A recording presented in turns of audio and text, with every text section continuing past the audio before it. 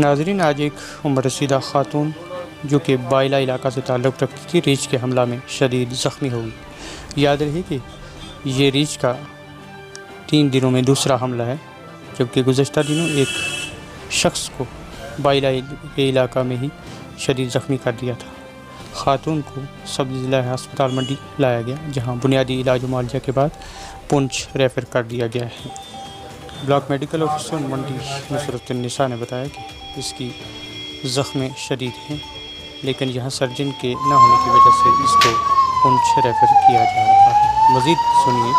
D M O منڈی کی زبان میں۔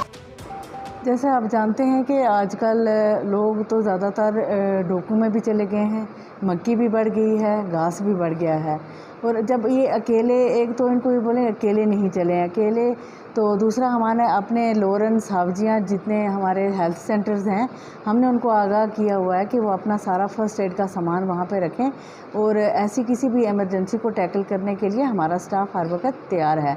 دوسرا، یہ جو ایک خاتون ہیں Sakina Bi wife of Fateh Muhammad, resident of Baila ہیں، اور کوئی 82 ایئر اولڈ یہ عمر رسیدہ خاتون ہیں، تو یہ سب صبح نکلی تو